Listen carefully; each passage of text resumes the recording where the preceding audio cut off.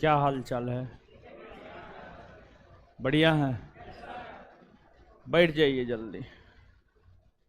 पढ़ लिख रहे हैं ना? घर पर जाकर रिवीजन कीजिए, ठीक है? और कुछ नहीं करना है।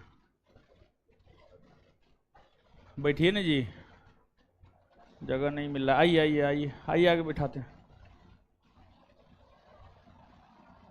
इस पे बैठिए, 2 नंबर पे।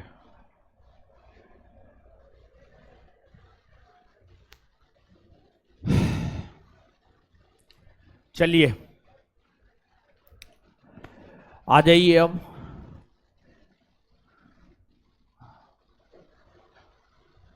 क्वेश्चन नंबर 16 तक हो चुका है। 17 और उससे आगे हम लोगों को बढ़ना है। कल के क्लास में जितना हुआ है, 2 4 5 प्रश्न हम आपसे पूछते हैं, आप जवाब दीजिए, ठीक है? ए हीरो, ए खड़ा होइए। हाँ, आगे वाले बैठिए। कठोपनिषद किस वेद के ऊपर लिखा गया उपनिषद है? ऋग्वेद। ऋग्वेद बोला। क्या होगा उत्तर जी? यजुर्वेद ना। बैठ जाइए, पढ़ा लिखा कीजिए। ए हीरो, खड़ा हो जाइए। हाँ, आगे वाले बैठिए, आगे वाले बैठिए। हाँ, बताइए।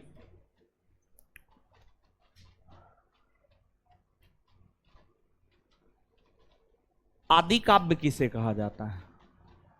आदि काव्य किसे कहा जाता है? शांत रहिए ना। आदि काव्य किसे कहा जाता है? नहीं मालूम है इसको? कल क्लास किए थे। रामायण को कहा जाता है, बताए थे, लिखाए भी थे। रामायण की रचना किसने किया है? वाल्मीकि ने ना। बैठ जाइए।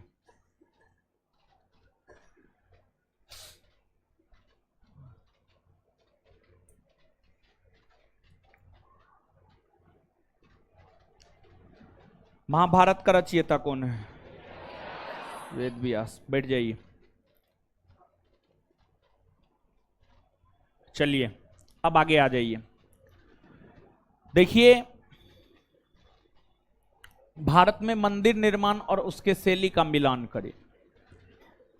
कल के सेशन में हम आपको एक बात बतलाए थे, और कल के सेशन में हम आपको ये बात बतलाए थे कि भारत में मंदिर निर्माण कला का जन्म गुप्त काल में हुआ, और भारत में मूर्ति निर्माण कला का जन्म कुषाण काल में हुआ। कुषाण काल में हुआ। इस बात से हम आपको पिछले सेशन में अवगत करवाए हुए थे, बीते हुए कल के सेशन में अवगत करवाए हुए थे। अब देखिएगा कि भारत में मुख्यतः मंदिर निर्माण की 3 शैली है, 3 तरीका है। 3 शैली है या 3 तरीका है। भारत में मंदिर निर्माण की 3 शैली है या 3 तरीका है। भारत में मंदिर निर्माण की जो 3 शैली या 3 तरीका है, नागर, बेसर और दरबीर। नागर, बेसर और दरबीर। देखिए, जब आप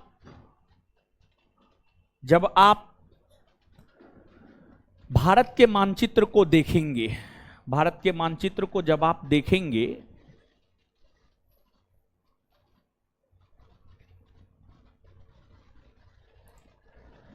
भारत का उत्तरी भाग है, भारत का दक्षिणी भाग है, फिर मध्य भाग है। भारत के उत्तरी भाग में हिमालय पर्वत है। भारत के उत्तरी भाग में हिमालय पर्वत है। आगे ज्योग्राफी पढ़ाएंगे हम आपको तो बताएंगे, और आपके बैच में जो है हिस्ट्री के साथ साथ ज्योग्राफी ही शुरू करेंगे, और इसी वीक में स्टार्ट भी हो जाएगा ज्योग्राफी, और इसी वीक में बायोलॉजी के साथ साथ केमिस्ट्री भी स्टार्ट हो जाएगा। तो उत्तर में हिमालय पर्वत है, भारत के मध्य में विंध्य पर्वत है, विंध्य पर्वत श्रेणी है, विंध्य पर्वत श्रेणी भारत के मध्य में है। फिर आपको इधर कृष्णा नदी बहती है, कृष्णा नदी बहती है। और फिर आपको यहां पर कन्याकुमारी है, फिर यहां पर आपको कन्याकुमारी है, कन्याकुमारी है। भारत के मध्य से होकर जो विंध्य पर्वत गुजरती है, विंध्य पर्वत भारत को दो भाग में विभाजित करती है। विंध्य पर्वत के जब आप ऊपर जाते हैं तो ये उत्तर का इलाका होता है, अर्थात उत्तरी भारत होता है। और विंध्य पर्वत के जब आप नीचे आते हैं तो ये दक्षिण का इलाका होता है, अर्थात ये दक्षिण भारत होता है, दक्षिण भारत होता है।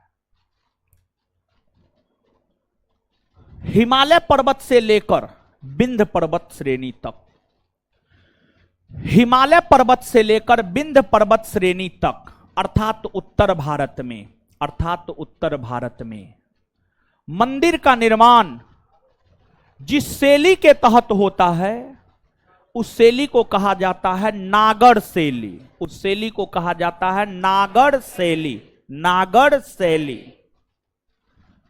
और जो नागर शब्द है, नागर शब्द की उत्पत्ति नगर शब्द से हुई है, नागर शब्द की उत्पत्ति नगर शब्द से हुई है, नगर, नगर से हुई है, नगर शब्द से हुई है।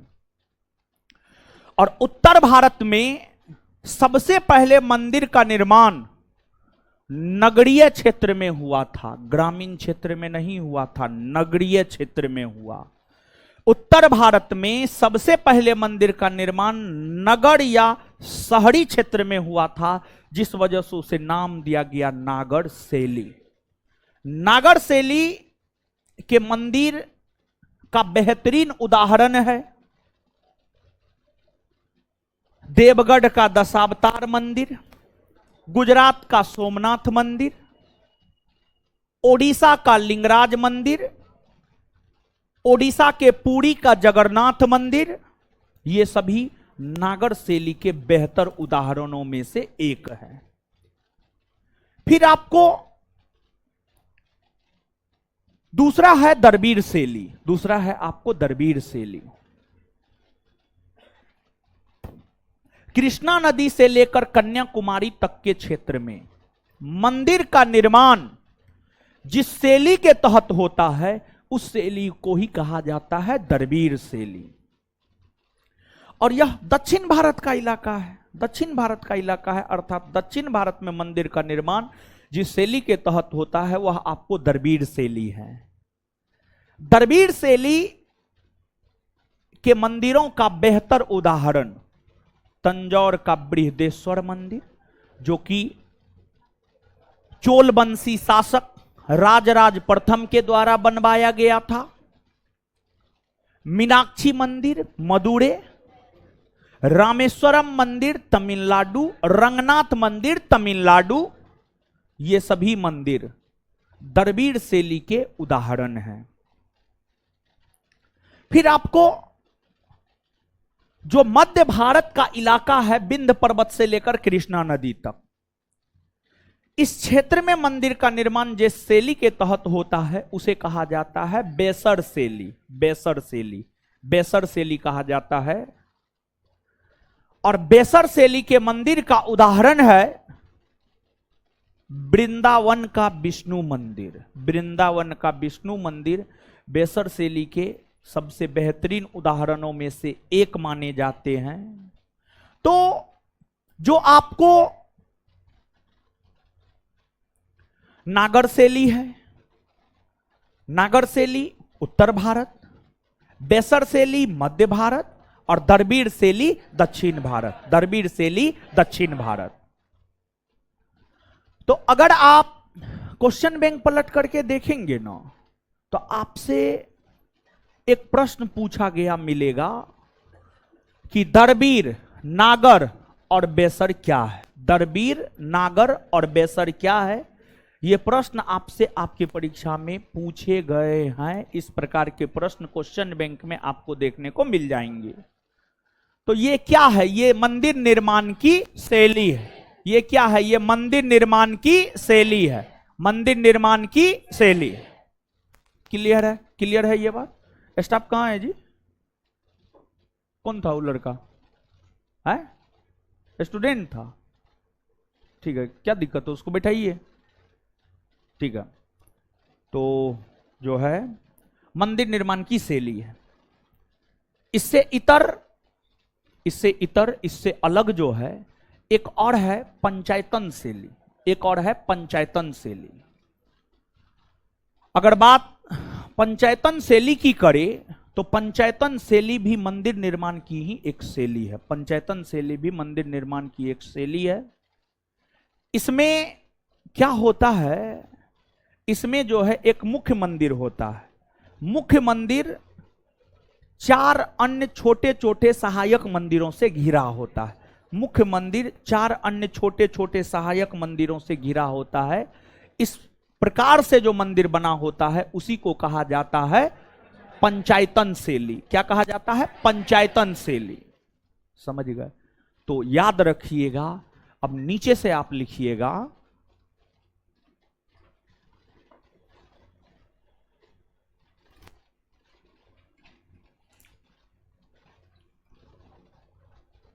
देवगढ़ का दशावतार मंदिर,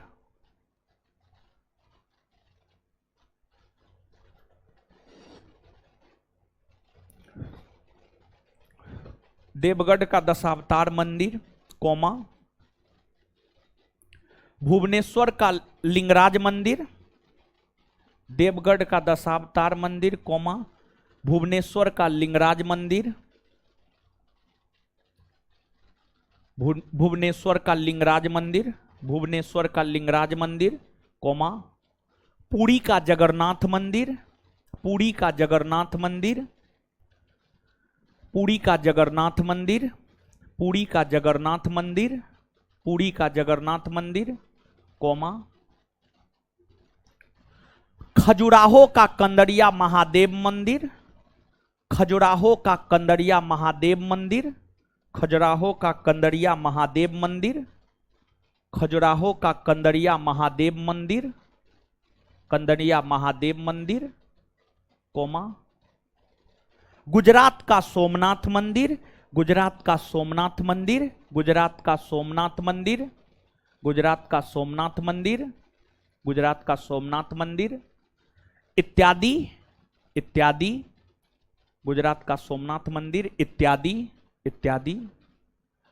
नागर शैली में निर्मित मंदिर है इत्यादि, नागर शैली में निर्मित मंदिर है इत्यादि, नागर शैली में निर्मित मंदिर है इत्यादि, नागर शैली में निर्मित मंदिर है।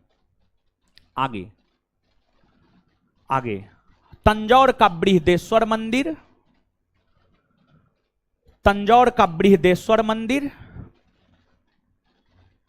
तंजौर का बृहदेश्वर मंदिर, कोमा तंजौर का बृहदेश्वर मंदिर, कोमा मीनाक्षी का मदुरै मंदिर, मीनाक्षी का मदुरै मंदिर, सॉरी मदुरै का मीनाक्षी मंदिर, सॉरी मदुरै का मीनाक्षी मंदिर, सॉरी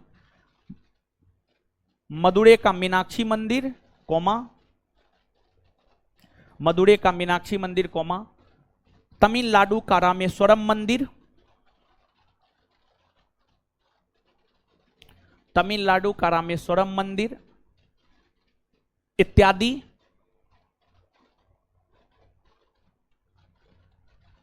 द्रविड़ शैली में निर्मित मंदिर है इत्यादि, द्रविड़ शैली में निर्मित मंदिर है।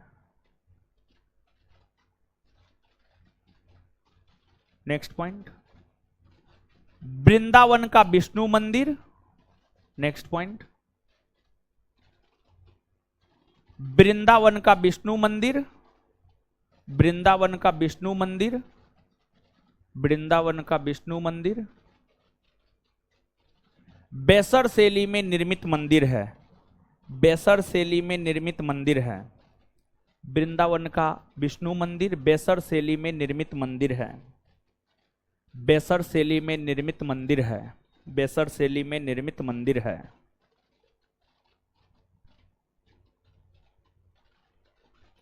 चलिए, तो अब बताइए ये जो प्रश्न है इस प्रश्न का उत्तर क्या होगा जी? ए होगा। क्लियर है ना? उत्तर भारत कौन शैली? बोलिए नो। उत्तर भारत कौन शैली? मध्य भारत, मध्य भारत, दक्षिण भारत, दक्षिण भारत, क्लियर। आगे, दक्षिण भारत का राजराजेश्वर मंदिर जो द्रविड़ शैली का उत्कृष्ट उदाहरण है, उस स्थान का नाम बताइए। यानी आपसे यह पूछा जा रहा है कि जो राजराजेश्वर मंदिर है जो कि द्रविड़ शैली में बना है, वह है कहां, ई बात आपसे पूछा जा रहा है। तो देखिए, थोड़ा सा आप गौर फरमाएंगे। प्राचीन भारतीय इतिहास में एक दक्षिण भारत का इतिहास पढ़ाएंगे, वहां पर हम आपको चोल वंश के विषय में पढ़ाएंगे। जिस चोल वंश की स्थापना विजयालय ने किया था, उस चोल वंश के एक शासक हुए राजराज प्रथम। राजराज प्रथम शैव धर्म को मानता था।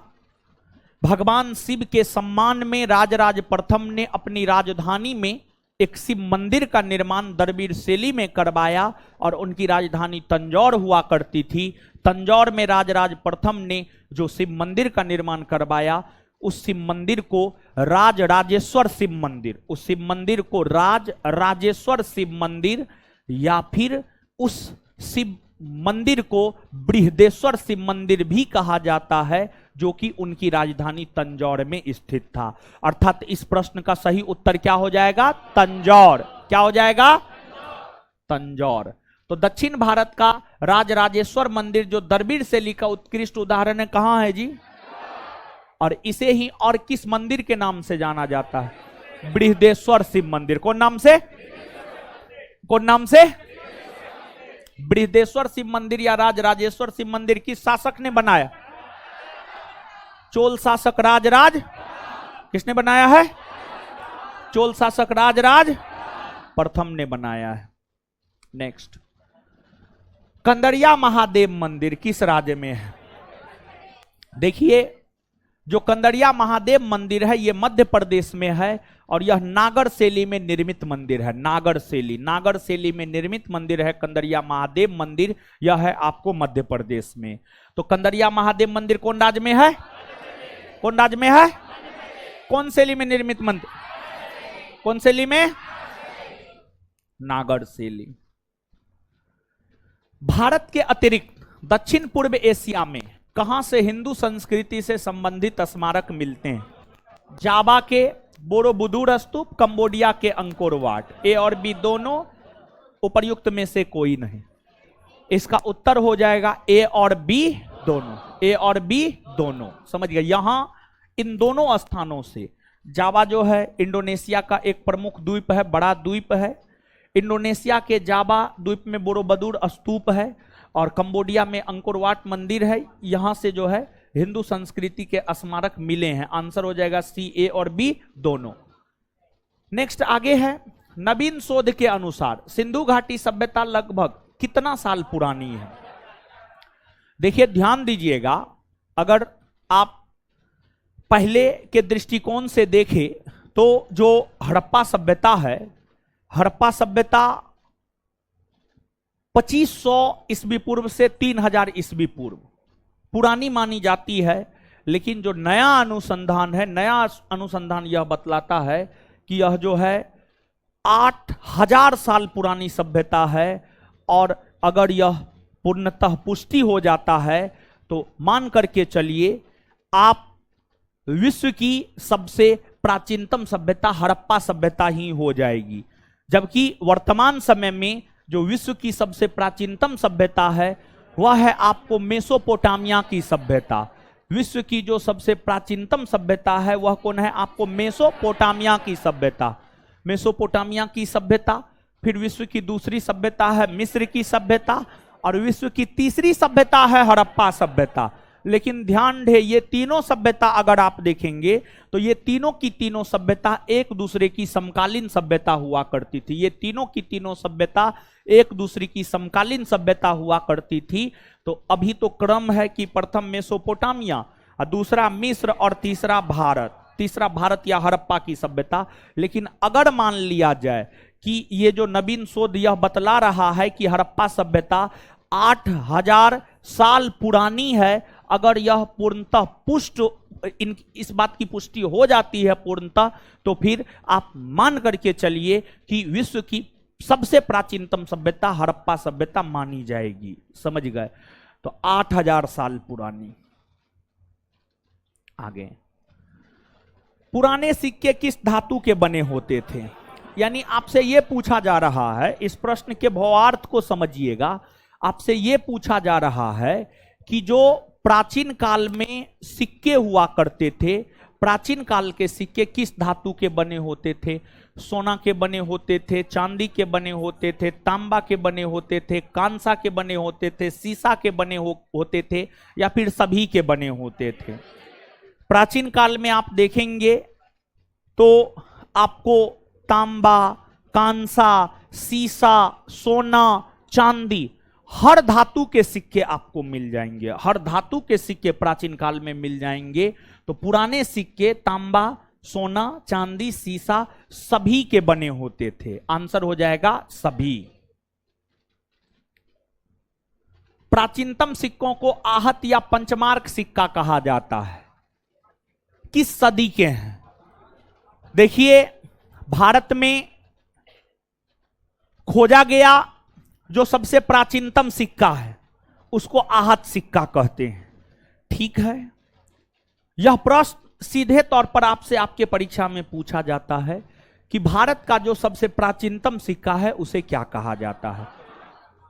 उसे आहत सिक्का कहा जाता है। देखिए क्या हुआ और उस सिक्का को आहत सिक्का क्यों कहा जाता है, इस बात को आप समझिएगा।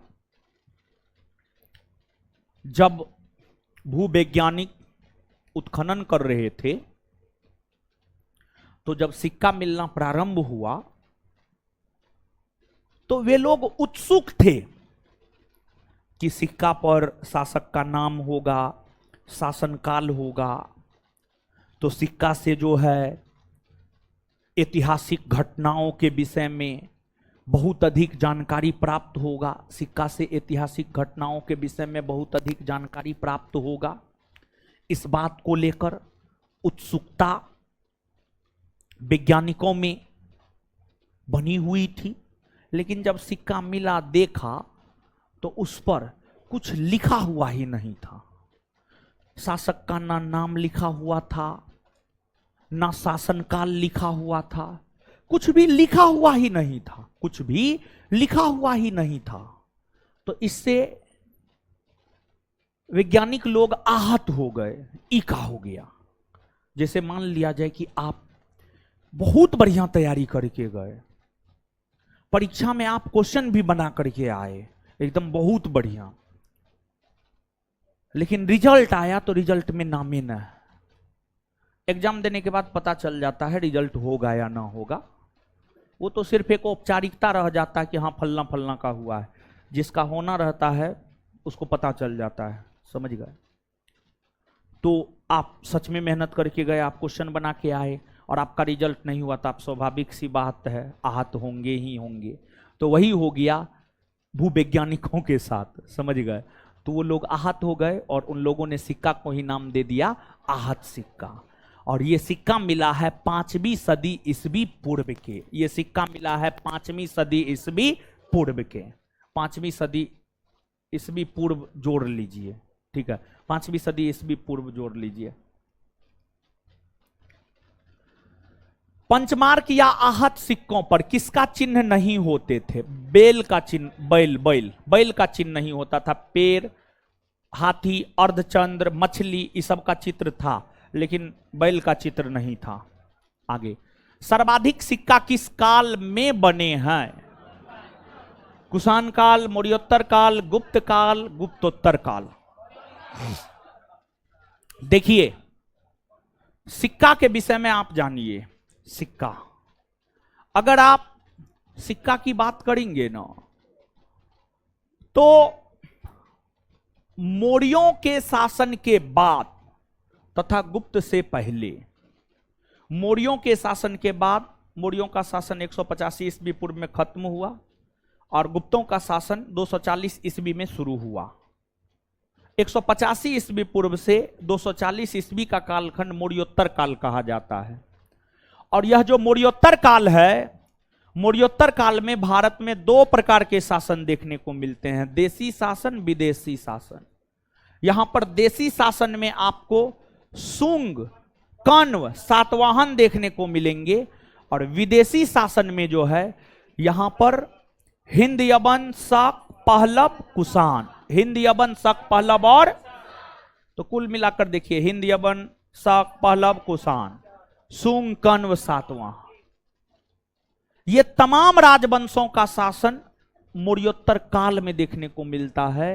और इस समय के ही सबसे ज्यादा, इस समय ही शासकों के द्वारा सबसे ज्यादा सिक्के चलाए गए थे। गुप्त काल का जहां तक सवाल है, गुप्त काल में सबसे ज्यादा सोना का सिक्का चलाया गया था, ना कि ओवरऑल सभी सिक्का चलाया गया था। गुप्त काल में सबसे ज्यादा सोना का सिक्का चलाया गया था। अगर प्रश्न में यह रहता कि सबसे ज्यादा सोने के सिक्के किस कालखंड में चलाए गए हैं, तब आंसर हो जाता आपको गुप्त काल। लेकिन यहां पर स्पेसिफिक सोना के सिक्का के विषय में नहीं पूछा जा रहा है, बल्कि ओवरऑल हर प्रकार के सिक्का के विषय में जो है आपसे पूछा जा रहा है। तो ओवरऑल हर प्रकार के सिक्कों को लेकर आप चलेंगे तो मौर्योत्तर काल में जो है सबसे ज्यादा सिक्के चलाए गए थे। तो सर्वाधिक सिक्का मौर्योत्तर काल में बने हैं। कौन काल में बने हैं? मौर्योत्तर काल में। किस वंश के शासकों ने सर्वाधिक शीशे का सिक्का जारी किया? देखिए, सर्वाधिक शीशे का सिक्का सातवाहन शासकों ने जारी किया था। सातवाहन शासकों ने जारी किया था। सातवाहन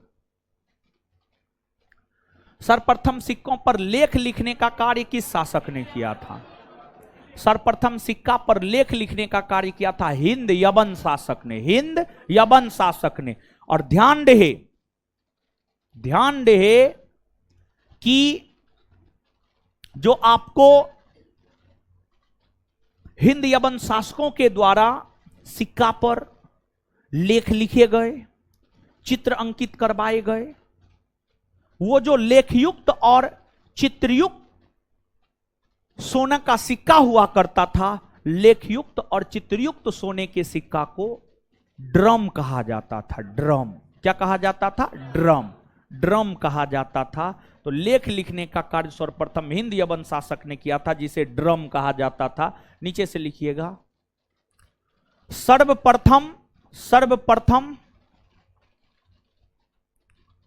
सर्वप्रथम कॉपी एक बना लीजिए, ठीक है, ज्यादा बेटर होगा, बहुत कुछ लिखाएंगे, ठीक है।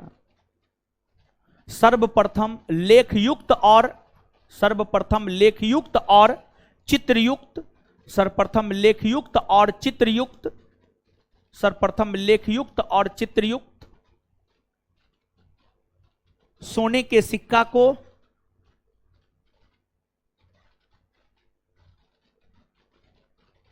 सर्वप्रथम लेखयुक्त और चित्रयुक्त सोने के सिक्का को ड्रम कहा जाता था। ड्रम, बोर्ड पे लिखा हुआ। सर्वप्रथम लेखयुक्त और चित्रयुक्त सोने के सिक्का को ड्रम कहा जाता था। ड्रम कहा जाता था। ड्रम कहा जाता था। नेक्स्ट, समुद्रगुप्त के किस वाद्य यंत्र मुद्रा वाले सिक्के से उसके संगीत प्रेमी होने का प्रमाण मिलता है? देखिए, समुद्रगुप्त को सिक्कों पर वीणा वादन करते हुए दिखाया गया है। समुद्रगुप्त को सिक्कों पर अश्वमेघ यज्ञ करते हुए दिखाया गया है। समुद्रगुप्त को उनके सिक्कों पर और भी कई सारे काम करते हुए दिखलाया गया है। जिस भी रूप में समुद्रगुप्त को सिक्कों पर दिखलाया गया है, वो इस और इशारा करता है कि उन चीजों में समुद्रगुप्त का इंटरेस्ट हुआ करता था। तो समुद्रगुप्त को सिक्का पर जो वीणा वादन करते हुए दिखलाया गया है, यह इस और इशारा करता है कि वे संगीत प्रेमी हुआ करते थे। वे संगीत प्रेमी हुआ करते थे। तो आंसर हो जाएगा वीणा। वीणा। प्राचीन भारतीय इतिहास में मूर्तियों का निर्माण किस काल से आरंभ? मूर्ति का निर्माण होना प्रारंभ हुआ है कुषाण काल से। कौन काल से? कुषाण काल से। आगे निम्न कथनों पर विचार कीजिए। कुषाण कालीन मूर्तियों पर वैदेशिक प्रभाव है। देखिए सुनिए, कुषाण विदेशी था, भले ही कुषाण शासक कुजुल कडफिसस ने, बीम कडफिसस ने, कनिष्क ने भारत में शासन किया हो, लेकिन ये लोग विदेशी थे। लेकिन ये लोग क्या थे? विदेशी। तो जब कुषाण वंश के शासक ही विदेशी थे, तो स्वाभाविक सी बात है कुषाण कालीन जो मूर्तियां रही होंगी उस पर विदेश की संस्कृति का प्रभाव देखने को निश्चित तौर पर मिला होगा। तो कुषाण कालीन मूर्तियों पर वैदेशिक प्रभाव है, हां है। जबकि मथुरा कला पूर्णतः स्वदेशी है। वही अगर आप मथुरा कला की बात करेंगे तो मथुरा कला स्वदेशी है, यह भी बात सत्य है, और कुषाण कालीन मूर्तियों पर वैदेशिक प्रभाव है, यह भी बात सत्य है। दोनों सत्य, यानी एक सही है। भरहूत स्तूप जो कि मध्य प्रदेश में है, शुंग वंश के शासक पुष्मित शुंग ने बनाया था। बोधगया बिहार में है, यहां भी स्तूप है।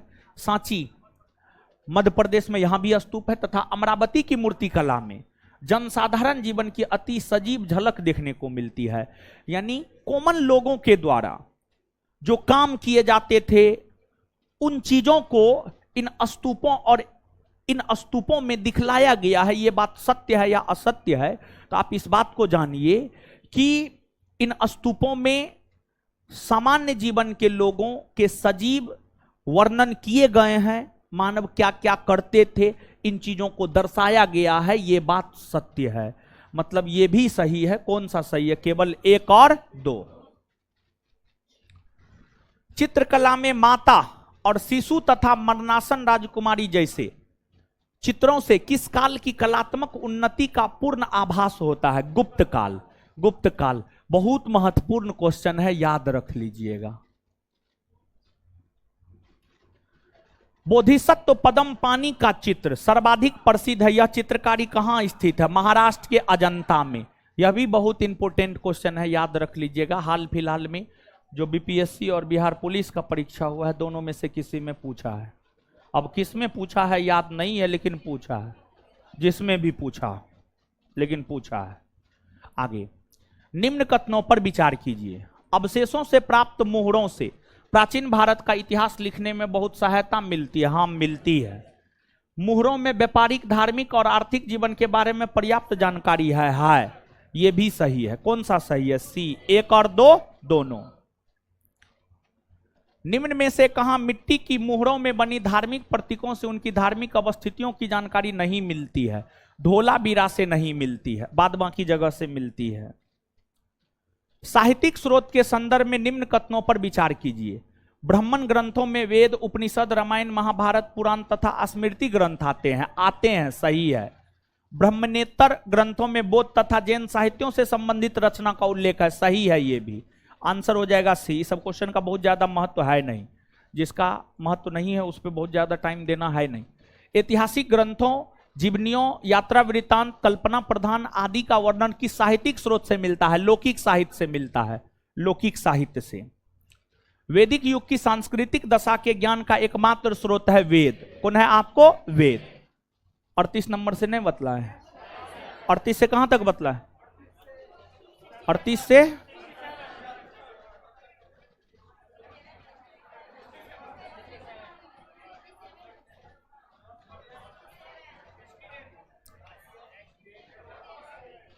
आ जाइए,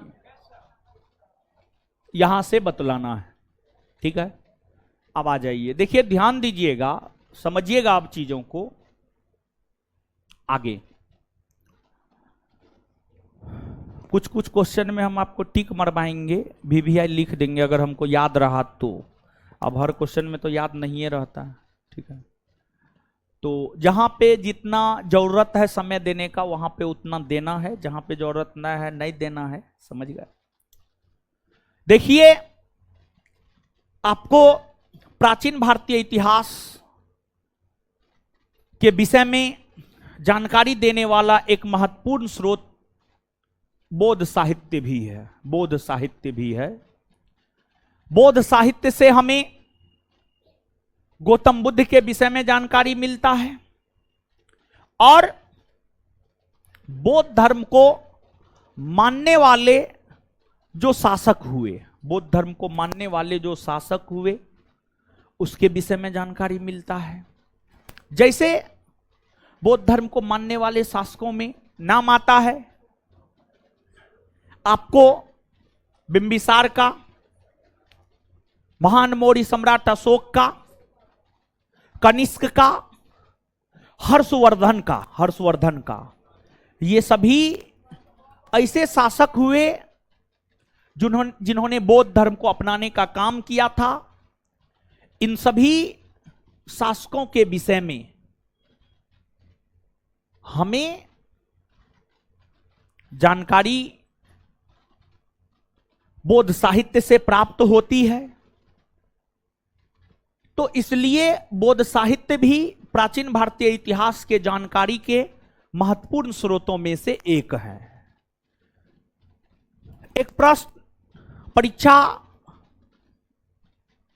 हेतु काफी महत्वपूर्ण है कि बौद्ध साहित्यों में सबसे प्राचीनतम और प्रामाणिक कौन है। तो बौद्ध साहित्यों में जो सबसे प्राचीनतम यानी सबसे पुराना और जो सबसे प्रामाणिक है वह आपको त्रिपिटक है, वह आपको त्रिपिटक है। त्रि का मतलब होता है तीन, पिटक का मतलब होता है टोकरी, टोकरी। और जो त्रिपिटक साहित्य है यह पाली भाषा में लिखी गई थी। जो त्रिपिटक साहित्य है, त्रिपिटक साहित्य की हम बात करें तो त्रिपिटक साहित्य जो है पाली भाषा में लिखा गया था, पाली। आप याद कीजिए, आप जानते होंगे जो महात्मा बुद्ध हुए, महात्मा बुद्ध ने अपना उपदेश आम जनों की भाषा, उस समय के आम जनों की भाषा पाली भाषा में महात्मा बुद्ध ने अपना उपदेश दिया। बिहार दरोगा में यह प्रश्न 2 बार पूछा गया है। क्वेश्चन बैंक अगर आप देखेंगे तो आपको यह प्रश्न 2 दफा देखने को मिल जाएंगे। तो महात्मा बुद्ध अपना उपदेश पाली भाषा में दिए हैं और पाली भाषा में ही त्रिपिटक की रचना भी हुई है। पाली भाषा में ही त्रिपिटक की रचना भी हुई है। त्रिपिटक के अंतर्गत सूत पिटक, विनय पिटक, अभिधम पिटक। त्रिपिटक के अंतर्गत सूत पिटक, विनय पिटक, अभिधम पिटक, ये तीनों आता है। इसमें जब गौतम बुद्ध की मृत्यु हुई तो गौतम बुद्ध की मृत्यु होने के बाद प्रथम बौद्ध सम्मेलन आयोजित हुए और प्रथम बौद्ध सम्मेलन के दौरान ही सूत पिटक और विनय पिटक की रचना हुई। सूत पिटक और विनय पिटक की रचना हुई और कालांतर में मतलब बाद के वर्षों में जाकर महान मौर्य सम्राट अशोक के समय तीसरे बौद्ध सम्मेलन आयोजित हुए और महान मौर्य सम्राट अशोक के समय जो तीसरे बौद्ध सम्मेलन आयोजित हुए उस तीसरे बौद्ध सम्मेलन के समय ही अभिधम पिटक की रचना हुई, अभिधम पिटक की रचना हुई। अब एक प्रश्न यह भी पूछता है सूत पिटक में क्या है, विनय पिटक में क्या है, अभिधम पिटक में क्या है। तो आप जानिए जो सूत पिटक है महात्मा बुद्ध ज्ञान प्राप्त होने के बाद जो उपदेश दिए हैं, जो भाषण दिए हैं, जो सिद्धांत की बात किए हैं, महात्मा बुद्ध के द्वारा दिए गए उपदेशों, भाषणों, सिद्धांतों का संकलन सूत पिटक में देखने को मिलता है। और सूत का शाब्दिक अर्थ ही होता है धर्मोपदेश। सूत का शाब्दिक अर्थ क्या होता है? धर्मोपदेश, धर्मोपदेश। तो सूत पिटक में महात्मा बुद्ध के द्वारा दिए गए उपदेशों का संकलन है। फिर महात्मा बुद्ध बौद्ध धर्म जब स्थापित किए तो बौद्ध संघ का निर्माण उन्होंने किया, बौद्ध संघ का निर्माण उन्होंने किया।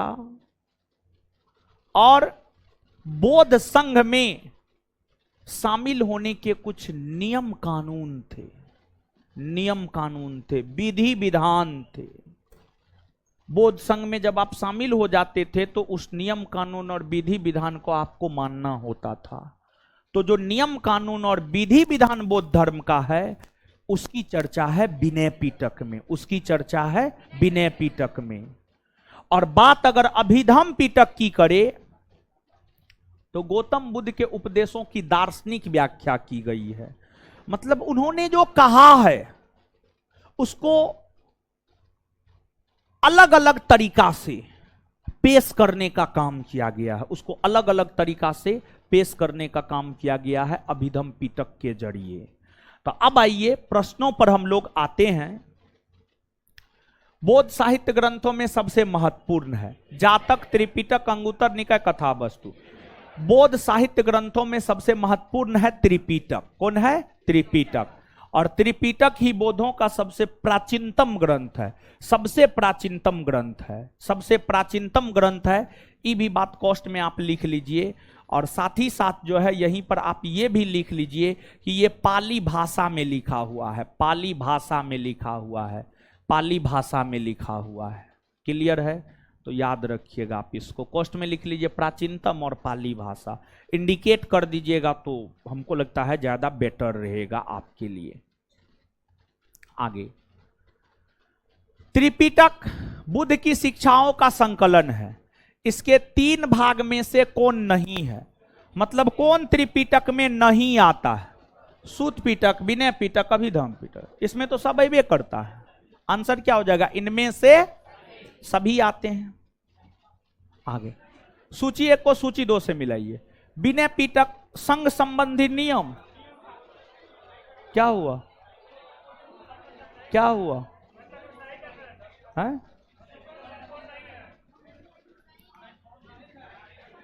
कौन नहीं है? तो इस ऑप्शन को लिखिए ना, इसे कोई नहीं, इसको काट लीजिए, कोई नहीं कीजिए, कोई नहीं कीजिए।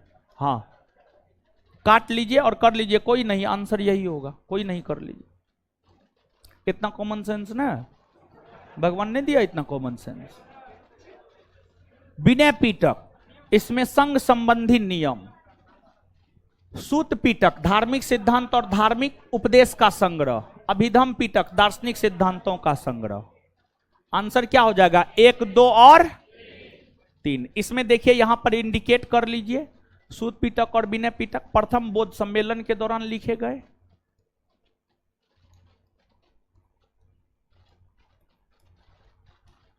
प्रथम बौद्ध सम्मेलन के दौरान लिखे गए। और जो अभिधम पिटक है, अभिधम पिटक जो है आपको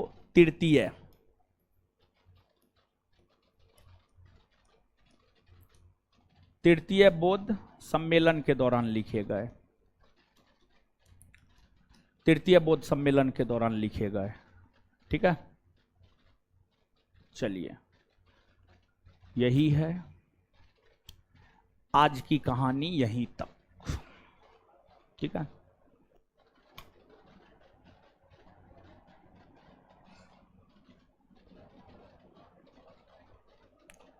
और सब मजा में पढ़िए लिखिए मन से।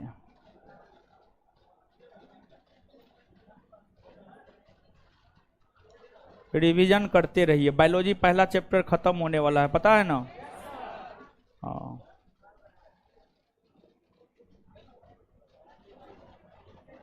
सवा 3 बजे से जो है आपको अभी क्या होगा, अभी होगा सवा 3 बजे से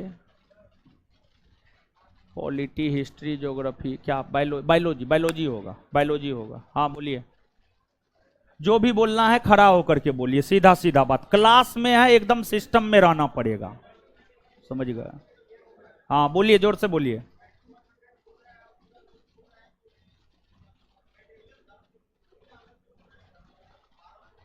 हाँ तो मटेरियल अलग से लेना ही पड़ता है। क्या?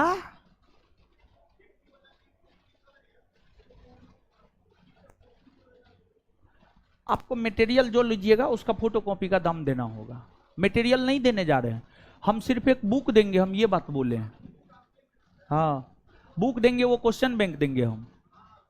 हाँ हाँ हाँ, बुक देंगे। हाँ हाँ हाँ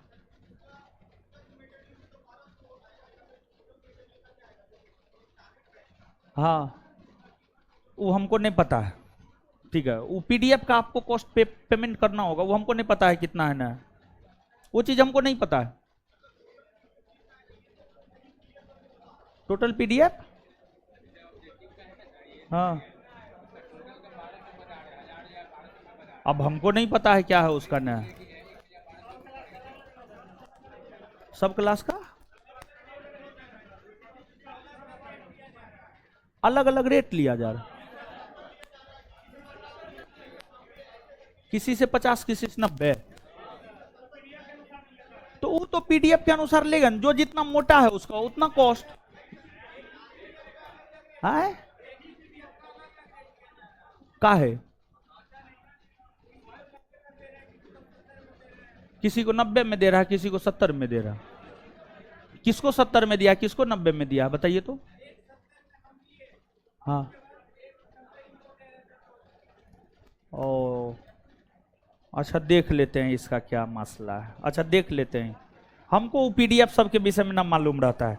ठीक है, कितना चीज के विषय में हम मालूम रखें, नहीं हमको सच में ये मालूम नहीं है क्या है ना है। आप लोग बोले हैं तो हम देखते हैं क्या है। अच्छा ठीक है, हम देख लेते हैं, देख लेते हैं। हम ये मटेरियल से हम, मेरा कोई लेना देना नहीं रहता है। ठीक है, खैर आप लोग का प्रॉब्लम आया है तो हम देखेंगे। ठीक है, चलिए इससे आगे जो है काट दीजिए, ऑनलाइन काटे नहीं ना। हाँ, 3:15 बजे से बायोलॉजी का क्लास होगा। धन्यवाद।